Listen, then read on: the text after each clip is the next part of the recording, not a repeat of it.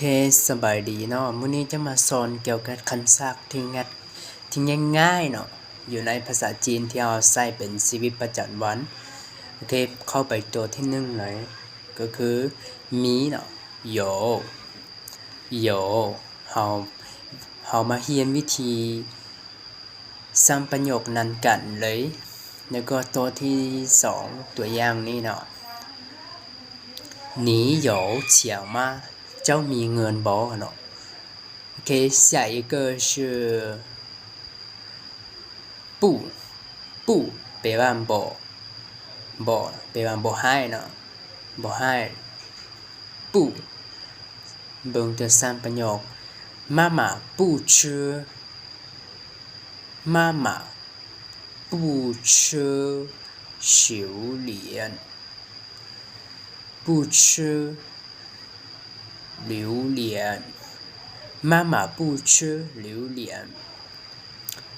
แม่บ่กินทุเรียนเนาะแม่บ่กินทุเรียน下一个是กินแปลว่า吃กินตัวสร้างประโยค你吃饭了吗你吃饭了吗เจ้ากินข้าวแล้วบ่下一个是ดื่ม喝แปลว่าดื่ม我的朋友喜欢喝啤酒 OK 我的朋友喜欢喝啤酒หมู่ของควายมักดื่มเบียร์แล้วสวนเจ้าได้มักดื่มบ่ OK 下一个是เป็นคือแม่นเนาะสามารถแปลได้เป็นสันคำศัพท์ก็คือเป็นคือแม่นภาษาจีนก็เป็นชื่อโอเคไปเบิ่งตัวสร้างประโยคเลย他是我的汉语老师เราแม่นอาจารย์สอนภาษาจีนของควาย下一个是 OK ควายจำสอนแบบไวๆหน่อยนึงเนาะถ้าจำไม่เข้าใจก็จะได้เบิ่งเป็น2-3เทื่อเนาะโอเค下一个是说แปลว่าเว้า说แปลว่าเว้า你不用说了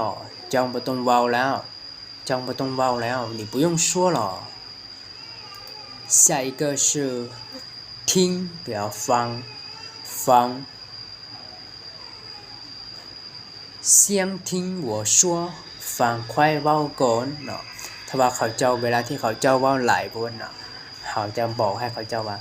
ฟังควายเว้าก่อน先听我说โอเคมื้อนี้จะมาเรียนคำศัพท์น้อยๆสำนี้เนาะแล้วก็ถ้าว่าไผที่ว่าต้องการเรียนคำศัพท์ให้มันหลายขึ้นก็ติดตามเพจของอาจารย์นี่จะมาสอนให้ทุกมื้อหรือว่าทุกมื้อเนาะทุกคลิปที่มีคำศัพท์ง่ายๆเป็นเฮาใช้เป็นชีวิตประจำวันแล้วก็เจอกันที่คลิปต่อไปเนาะบ๊ายบาย再见